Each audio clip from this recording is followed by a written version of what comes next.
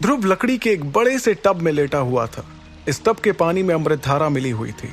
Tub में लेटे हुए वो अपनी उस शक्ति को महसूस कर रहा था जिसे उसने अपनी मेहनत से हासिल किया था, और इसी के बलबूते पर उसने शक्तियों के 7वें सितारे को हासिल किया था। शक्ति के 7वें सितारे पर पहुंचने के तक आमतौर पर कड़ी मेहनत के बाद आराम करने की जरूरत होती है, जिससे कि शरीर रिकवर करता है। हालांकि ध्रुव को इसकी जरूरत भी नहीं थी, क्योंकि उसके पास अमृत धारा जैसी औषधि थी जिसने उसके शरीर को हर ट्रेनिंग के साथ मजबूत बनाया था, और इस वक्त वो बहुत ही बढ़िया महसूस कर रहा था। कुछ देर और टब में लेटे रहने के बाद ध्रुव खड़ा होने लगा। उसके शरीर पर पानी की बूंदें सूरज की रोशनी में चमक रही थी। अपनी थकान को दूर करते हुए जैसे ही ध्रुव ने अपने दोनों हाथों को ऊपर किया, उसे अपनी हड्डियों के कड़कड़ाने की आवाज सुनाई दी। ऐसा करके उसे अच्छा लगा। अगले ही पल उसने अपने दाहिने हाथ को अपने बिस्तर की तरफ बढ़ाया और वहां से अपने कपड़ों को उठा लिया। टब से बाहर निकलने के बाद उसने कपड़े पहनते हुए खुद से कहा, ओहो, तो अब मेरी शक्तियों का सितारा बढ़ चुका है। अब मैं इन सितारों की वजह से किसी से भी पूरे आत्मविश्वास के साथ बात कर सकता हूँ। खुद से इतना कहने के बाद उसे अपने अंदर की वैक्यूम हैंड तकनीक के बारे में कुछ याद आया। उसने कुछ सोचते हुए कहा, लेकिन मेरे पास जो वैक्यूम हैंड तकनीक है उसकी सबसे बुरी बात यह है कि मैं इससे दुश्मन का सिर्फ खून चूस सकता हूं, और वो भी ऐसे दुश्मन का जिसकी शक्तियों का सितारा मेरी शक्तियों से कम हो। वैक्यूम हैंड तकनीक की कमियों के बारे में सोचते हुए ध्रुव थोड़ा हताश हुआ। फिर उसने सोचा कि वैक्यूम हैंड तकनीक में कमियां जरूर थीं, लेकिन ये उसे मिली हुई सबसे पहली तकनीक थी। ध्रुव इतना खुद से कह ही रहा था कि तभी उसकी नजर उसकी ऊंचाई से थोड़ी ऊपर रखे एक फूलदान पर गई। उस फूलदान को देखते ही ध्रुव के दिमाग में कुछ सूझा। तभी उसके चेहरे पर एक मुस्कुराहट आ गई और उसने सोचा कि क्यों ना वैक्यूम हैंड तकनीक का इस्तेमाल इस फूलदान पर किया जाए। अगले ही पल उसने उस फूलदान पर अपनी वैक्यूम हैंड तकनीक का इस्तेमाल किया। वो फूलदान हवा में उड़कर उसकी तरफ आने लगा और हवा में ही उसके कई टुकड़े हो गए और सारे टुकड़े गिरकर जमीन पर बिखर गए। ये देखकर उसे थोड़ी तसल्ली मिली। उसने मन ही मन मुस्कुराते हुए खुद से कहा, यह ठीक था, लेकिन ये फूलदान वैसे नहीं टूटा जैसे टूटना चाहिए था। ध्रुव ने एक बार फिर से इसी तकनीक का इस्तेमाल करने का सोचते हुए अपने पैरों को पीछे किया और चिल्लाते हुए कहा, वैक्यूम हैंड! उसके इतना कहते ही उसके हाथों से हवा निकली जिसने फूलदान को अपनी जगह से हिला दिया। फूलदान इस वक्त हवा में आ चुका था और ध्रुव की तरफ बढ़ रहा था, लेकिन तभी खिड़की से एक तेज हवा आई जिसने फूलदान की दिशा बदलने की कोशिश की। अब उस फूलदान पर 2 दिशाओं से हवा आ रही थी, जिसकी वजह से उस पर इतना ज्यादा दबाव बना कि दूसरा फूलदान भी जमीन पर गिरकर चूर चूर हो गया।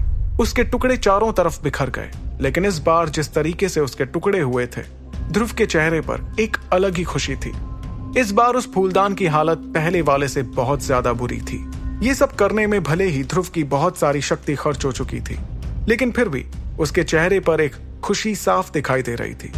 इस एक्सपेरिमेंट से उसे ये समझ आया कि अगर उसके पास एक और कोई तकनीक होती जो वैक्यूम हैंड के अपोजिट होती, तो फिर वो उन दोनों ताकतों को एक साथ मिलाकर कामयाब हो सकता था।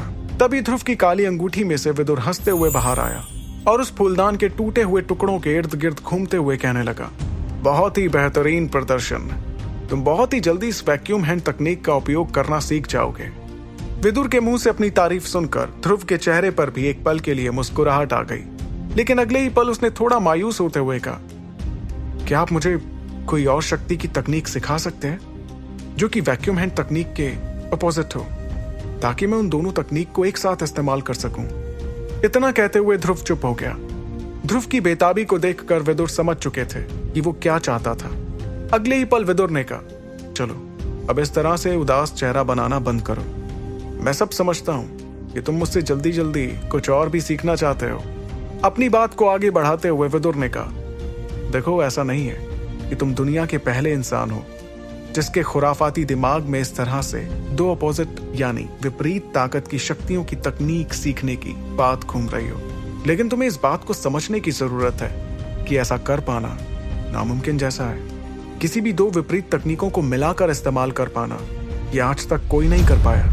विदुर की इस बात पर ध्रुव की आंखें बड़ी हो गईं और उसने हैरानी के साथ कहा, आचार्य, क्या आपके पास भी इस तरह की किसी शक्ति की कोई तकनीक नहीं है?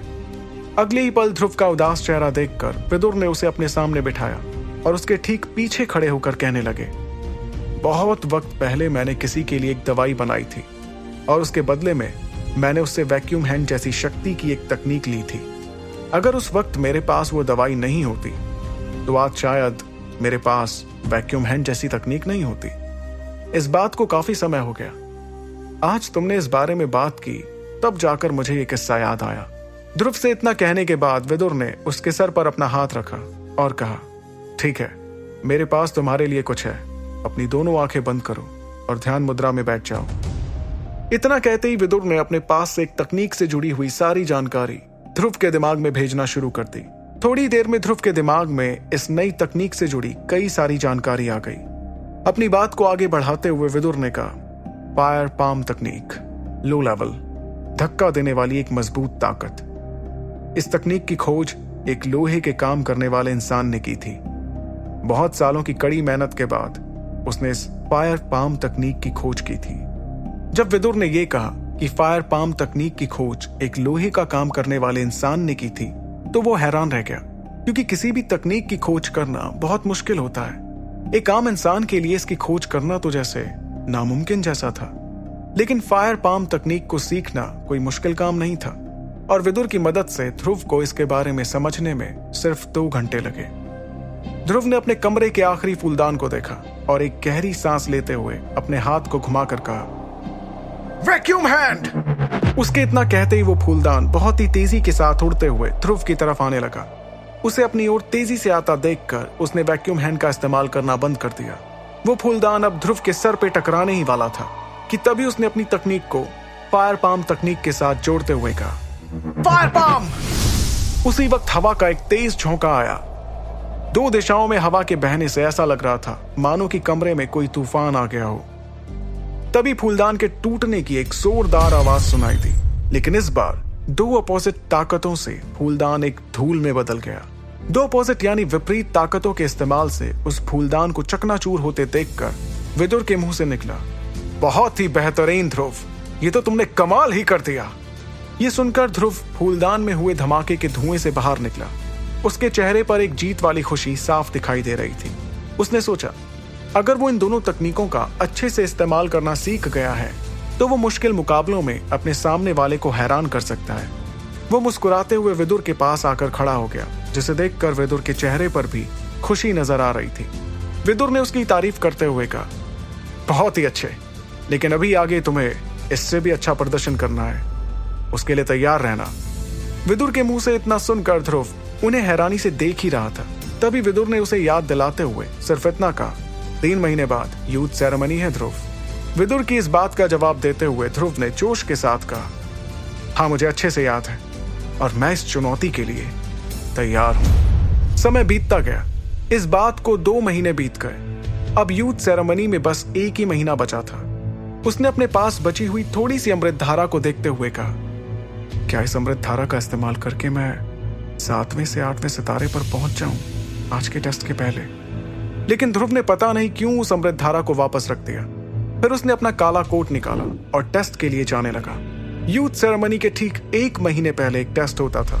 इस टेस्ट में उन लोगों को शौर्य दल से बाहर कर दिया जाता था जिनकी शक्ति का सितारा 7 से कम होता था, और जिनकी शक्ति का सितारा 7 से ज्यादा होगा उन्हें यूथ सेरेमनी के बाद ट्रेनिंग ग्राउंड में आकर अलग अलग तकनीक सीखने का मौका मिलेगा। ध्रुव और इरा उस टेस्ट के लिए ट्रेनिंग ग्राउंड में पहुंच गए। उन्हें देख वहां मौजूद सभी लड़के जलन के मारे आपस में बात करने लगे। उन्हीं में से एक किनारे में गुट बनाकर खड़ा सनी ध्रुव को गुस्से भरी नजरों से घूर रहा था। उसने धीमी आवाज में खुद से कहा, आज देखता हूं कि ये कैसे अपना मुंह छुपाकर भागेगा। उस दिन बड़े तेवर में आके इसने चैलेंज ले लिया था। ये कहते हुए उसके चेहरे पर एक मुस्कुराहट थी। वहीं दूसरी ओर सबकी जलन और सबके गुस्से को नजरअंदाज करते हुए ध्रुव और इरा चलते चलते एक दूसरे से बात कर रहे थे। ध्रुव की चाल से ऐसा लग रहा था कि उसे इस टेस्ट की चिंता ही नहीं थी, जिसे देखकर बाकी लोग थोड़े चौंक गए थे। यही सोचते हुए दल के एक बुजुर्ग ने कहा, ध्रुव की चाल से तो ये लग रहा है कि वो पहले ही हार मान चुका है। वैसे वो गलत भी नहीं है। उस बुजुर्ग की ये बात अरेंद्र को बिल्कुल पसंद नहीं आई, लेकिन फिर भी उन्होंने तुरंत कुछ ना कहकर थोड़ा इंतजार किया। और जैसे ही बुजुर्ग ने अरेंद्र की तरफ देखा अरेंद्र ने उनसे कहा, मुझे लगता है आपको भविष्यवाणी करने की बजाय नतीजे पर ध्यान देना चाहिए, नहीं तो वक्त आने पर आपको ही बुरा लगेगा। यह कहकर अरेंद्र ने ध्रुव को देखा, जो सूरज की तेज रोशनी में भी आराम कर रहा था। उनके जवाब से नाखुश होकर उस बुजुर्ग ने अरेंद्र से कहा, मुझे नहीं लगता कि नतीजा भविष्यवाणी से कुछ अलग होगा। देखो जरा उसे, उसमें जीतने की आग ही नहीं है। उस बूढ़े आदमी ने इतना कहा ही था कि एक और बुजुर्ग आदमी ने उन दोनों की बहस रोकते हुए कहा, मुझे लगता है हमें टेस्ट शुरू करना चाहिए, वक्त हो गया है। उस बुजुर्ग के आदेश पर अरेंद्र अपनी कुर्सी से खड़ा हुआ और सबको देखते हुए उसने चिल्लाते हुए कहा, शांत हो जाइए, आप सभी शौर्य दल की आने वाली पीढ़ी हैं। शौर्य दल की रक्षा आप सभी के कंधों पर है।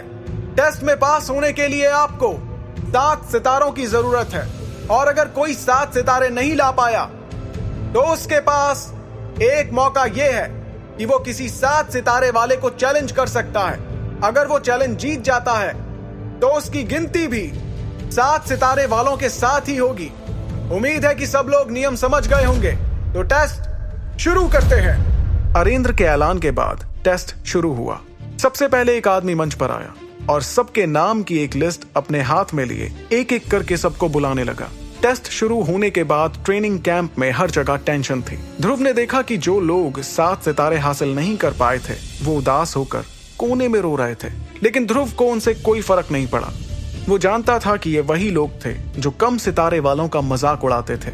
उन्होंने ध्रुव का भी ना जाने कितनी बार मजाक बनाया था। दूसरों की खिल्ली उड़ाते हुए उन लोगों ने कभी सोचा भी नहीं था कि उनकी भी ऐसी शामत आ सकती थी। वहीं ध्रुव को उन्हें देखकर एक पुरानी कहावत याद आ गई, दूसरों का मजाक बनाने वाले अंत में खुद मजाक बन जाते हैं। वहीं उसके बगल में बैठी ईरा उन लोगों को नजरअंदाज कर रही थी। तभी उसका ध्यान टेस्ट के लिए जाती एक लड़की पर पड़ा। उसने ध्रुव से कहा, देखो काव्या। उसके ये कहते ही ध्रुव का ध्यान उन लोगों से हटकर अचानक मंच की तरफ गया, जहां टेस्ट देने की बारी अब काव्या की थी। ध्रुव की आंखें उसे देखकर चमक उठी थीं, जिस पर ईरा ने गौर किया था। वो जानती थी कि ध्रुव और काव्या पहले एक दूसरे के बहुत करीब थे। इस बात से ना जाने क्यों ईरा को थोड़ी जलन होती थी, लेकिन उसने ध्रुव से कभी कुछ कहा नहीं, क्योंकि वो जानती थी ध्रुव इस बात पर कैसे रिएक्ट करेगा। पलक झपकाते हुए उसने देखा कि ध्रुव काव्या की तरफ मुस्कुराते हुए देख रहा था। उसने सोचा, न जाने आज के नतीजे के बाद काव्या ध्रुव की तरफ देखे भी या नहीं। तभी ध्रुव ने अपने कंधे पीछे करते हुए कहा, कुछ चीजें कभी खत्म नहीं होती। आप चाहे कितनी भी कोशिश कर लो, कमी तो रह ही जाती है। हमारे दल में शायद ही कोई ऐसी लड़की होगी। ईरा ने अचानक उसकी बात काटते हुए कहा, मैं हूं ना। ये कहते हुए उसके चेहरे पर एक शरारती मुस्कान थी। उसकी बात सुनकर ध्रुव ने भी मुस्कुराते हुए कहा, हाँ तुम हो तो, लेकिन मैं कुछ और बात कर रहा हूं। छोड़ो, तुम्हें अभी समझ नहीं आएगा। ये सुनते हुए भी ईरा मुस्कुरा रही थी। वो जैसे अपनी याद में खो गई थी। उसे याद आया कि जब वो और ध्रुव छोटे थे तब ध्रुव उसे ट्रेनिंग दिया करता था। आज ईरा जो कुछ भी जानती थी उसकी एक बहुत बड़ी वजह ध्रुव था। वो अपनी यादों में खो गई थी, जहां उसे छोटा ध्रुव और छोटी ईरा खेलते कूदते दिख रहे थे। ये याद उसके चेहरे पर मुस्कुराहट के साथ साथ गालों पर डिंपल्स भी ले आई। उसने अपने आसपास देखा तो उसे एहसास हुआ कि शौर्य दल में ऐसे बहुत सारे लड़के नहीं थे जो ध्रुव जैसे थे। ये ईरा की किस्मत थी कि उसे ध्रुव जैसा ही कोई लड़का चाहिए था, और वैसा पूरे शौर्य दल में कोई और नहीं था। ध्रुव और ईरा को मुस्कुराते देख दूर खड़े सनी को बहुत गुस्सा आ रहा था। जलन की आग दिल में लिए उसने उन दोनों की तरफ अपने कदम बढ़ाए। तभी मंच से एक आवाज आई, काव्या 8 सितारे, रैंक 0, हाई लेवल।